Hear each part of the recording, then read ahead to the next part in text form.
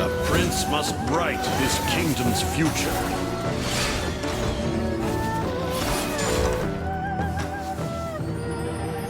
Betrayal is earth-shattering when it comes from the person you trust the most. At that moment, I knew all the truth, but they were still living in a blissful lie. My wife and my best friend.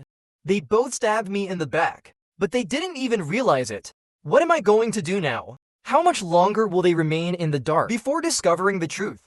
As I searched for the answers to these questions, I found myself on the verge of making a big decision, and everything was about to spiral out of control.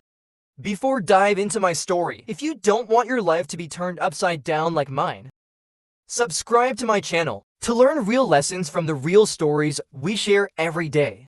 Just like mine also. Share your thoughts about the shocking truth I've experienced in the comments, and please show your support by liking my video. Now that you've subscribed, let's dive into my story as I walked home that night. Each step made my heart grow heavier. Weeks had passed since I found out that Heather had been cheating on me, but I still hadn't mustered the courage to confront her. With my best friend Josh, the same questions kept swirling in my mind. How could she have been deceiving me for so long? Why Josh? How could they have fooled me so easily? Lost in these thoughts, I started preparing a simple dinner in the kitchen. I just wanted to be alone with a few beers and a basic meal. But then there was a knock on the door. Standing there was Carla, Josh's wife. It was the first time we had looked each other in the eyes so closely. She was wearing a loose t-shirt, and there was something hidden in her gaze. "Can we talk?" Carla asked, her voice trembling slightly. "Sure," I said, inviting her in after sharing a few glasses of wine in the kitchen. Carla told me that she had known about Josh and Heather's affair for a long time. "How did you find out?" I asked, feeling the anger rising inside me. "I found a condom packet in Josh's pants," she said, her voice calm but filled with pain. "We're trying to have a baby, but Josh insisted we use condoms. That means he's cheating on me with someone else." At that moment, I struggled to process the reality of what Carla was telling me. Heather and Josh had been carrying on this forbidden relationship for over a year. "So why are you coming to me now?" I asked, still unsure of what to do. "I can't carry this burden alone anymore," Carla said, "but more importantly, I want revenge on Josh after finding out how he betrayed me. I want to take everything away from him, and the most effective way to do that is to be with you." At first her words sounded absurd. Was I supposed to be with her just for revenge? However, the look in Carla's eyes and what she said ignited a fire of vengeance within me. If they could do this to us, couldn't we do the same to them? After a moment of silence, Carla told me more. "Josh says he wants to have children with me. But why would I bear his children instead? I want to carry your child." When I heard this offer, a chill ran down my spine. I never expected Carla to go this far, but seeking revenge, delivering the biggest blow to Josh. It started to seem like a way to strike back against the betrayal that had hurt us both. That night, Carla and I went to the bedroom. She walked to Heather's side of the bed and turned to me saying, "I want you here in Heather's bed." At that moment, the attraction between us grew even stronger. In my own home, in my own bed, we were building a truth over the lies that Heather had hidden from me. When I woke up the next morning, Carla was sleeping silently beside me. I was filled with mixed emotions, both regret and a sense of victory.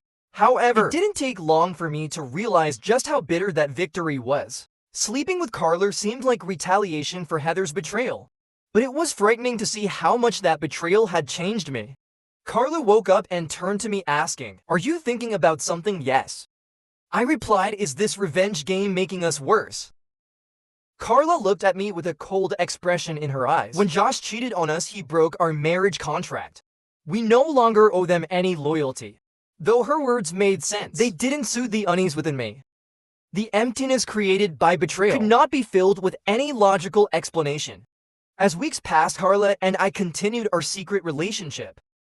With each encounter, our anger toward Josh and Heather grew even stronger. However, I began to realize how much that anger was poisoning us. One day, when Carla told me she was pregnant, things got even more complicated.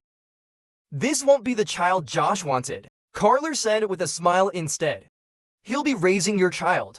This news filled me with both joy and deep anxiety. Taking revenge, stealing Josh's greatest dream, couldn't have been more satisfying. But at the same time, what would the cost of this revenge be? Was I losing myself in this path? One day during one of our meetings, I asked Carla, will this revenge really make us happy? Or will we end up suffering even more in the end? Carla paused for a moment before replying. Maybe we don't know where this revenge will lead us, she said, but we have to make them pay.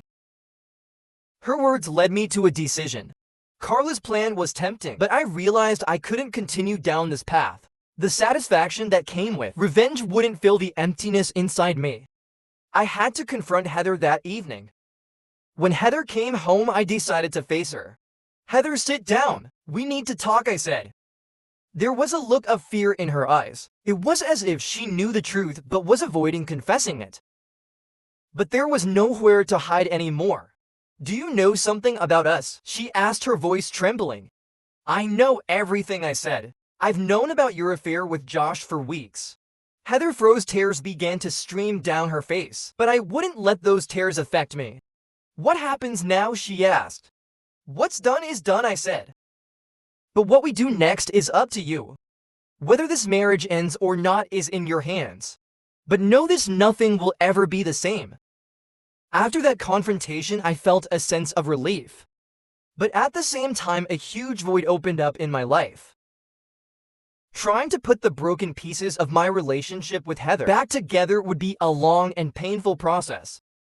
But I had decided to end my relationship with Carla. When I told Carla, I said, I can't play this game any longer. We need to leave everything behind before this revenge destroys us even more. Carla struggled to accept this decision at first, but eventually she also decided to step back from this path. We had gotten our revenge, but we had also seen how that revenge had changed us.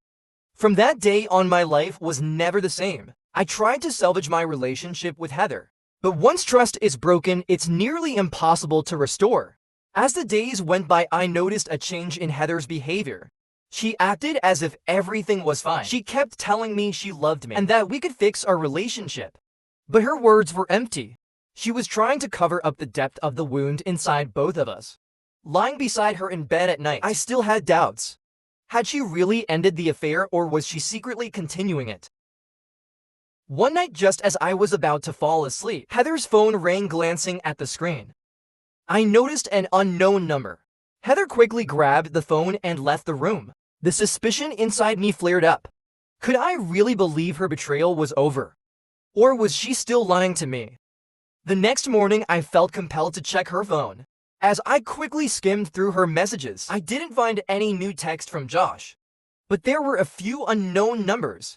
This didn't put me at ease. It made me even more uneasy. I wasn't sure if I could ever trust our relationship again. These doubts led me to feel the need to talk to Carla again. We continued to meet in secret, but these meetings had turned from revenge into a form of escape. As Carla's pregnancy progressed, she grew emotionally closer to me. She told me that she loved me more than Josh, and that her marriage to him was just a formality. But I knew there was no future in this relationship. What Carla and I had was nothing more than a way to fill the emptiness inside me. One day, I decided to sit down with Carla and have a serious talk about our future. Carla, I said, where is this going to end? Even if we stay together, how are we going to raise these children? Josh is going to think they're his. How long can we live with this lie? Carla looked at me, tears in her eyes. I don't know, she said. But the only thing I know is that I can never forgive Josh for what he's done to me. I can't see any solution other than being with you. Her words only drove me deeper into a corner. While I felt a deep connection with Carla, I knew I couldn't continue this relationship any longer. In the end, Carla and I parted ways. Josh and Heather continued with their lives, but the wound inside me never fully healed. Though I tried to salvage my relationship with Heather, nothing ever truly fixed itself. And in the end, we divorced and I went my own way.